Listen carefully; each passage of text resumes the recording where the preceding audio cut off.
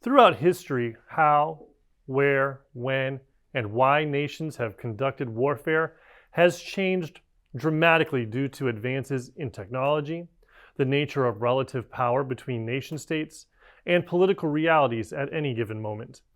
As time goes by, the likelihood of seeing large armies face off in a field of battle decreases, and the future of warfare takes on an ever-evolving look, using new and advanced technologies, new battlefields that exist only in the ether or perhaps even space. And despite being an advanced, militarily powerful nation, the United States no longer outpaces every other nation in developing technologies or dominating new battlefronts. In fact, warfare of the future will involve global competitors manipulating international laws and norms or globally linked technologies, and it will rely heavily on SOF. In order to ensure that the U.S. maintains its edge, we employ the Joint Warfighting Concept.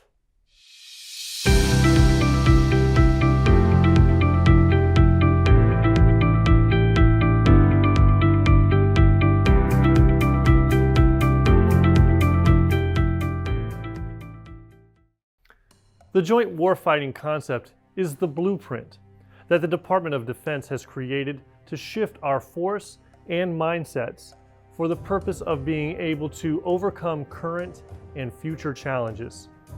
It seeks to expand our ways of thinking so that we are more agile in the flow of competition and emerging realities.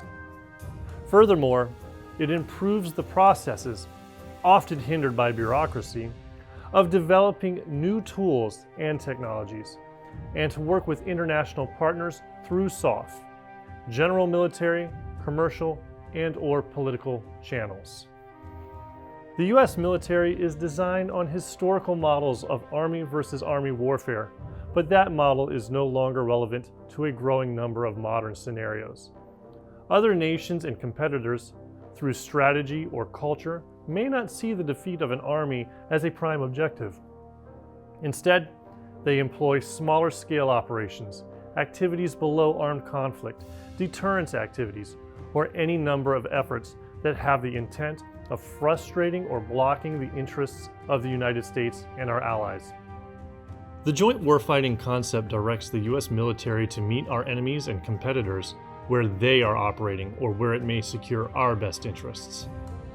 It improves our ability to be agile with deployment and technology development, and it allows us to deploy SOF in a variety of strategic ways, even in non-combative deployments. The main element of Joint Warfighting Concept is expanded maneuver, which gives breadth to the notion of simultaneous movement across multiple dimensions and domains globally, while synchronizing efforts in space and cyber. This type of maneuver focuses on the ability to employ agile combat elements quickly in support of combatant commands. This requires the right forces, most likely SOF, in the right place at the right time, or to deter or defeat adversarial competition. This also allows for quickly placing forces to deter aggression or for withdrawing forces to allow for the resumption of competitive activities. It requires a highly flexible force and transportation structure. Additionally, expanded maneuver includes a whole-of-government approach and the incorporation of allies and partners in all locations throughout the entire operational spectrum. It includes greater fidelity on key warfighting ideas and clearly defines future operational approaches that will help the joint multinational force regain positions of advantage against peer adversaries. Finally, the Joint Warfighting Concept defines specific capabilities that will drive material procurement, organizational changes, and training initiatives to posture the joint force for both current and future engagements. By way of example, if U.S. intelligence has detected activities, even small-scale activities, by a hostile nation that have the intent to intimidate a friendly nation from freely partnering with the U.S., we could take swift counter steps to stop and negate the activity or its effects. Depending on the scenario, this could involve anything from deploying an aircraft carrier, infrastructure engineering, or even strategic strike by SOF. Our way of warfare and competition has changed, and if we are going to overcome our adversaries, we must change our mindsets about our military and culture. We no longer live in a world where victory is defined as the complete defeat of an enemy. Instead, victory will be a long series of joint, interagency, and multinational moves focused on securing and advancing our national objectives.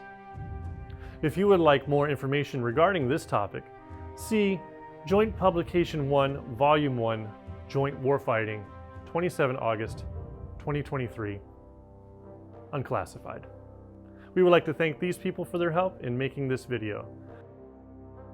Don't forget to like and subscribe to our YouTube channel.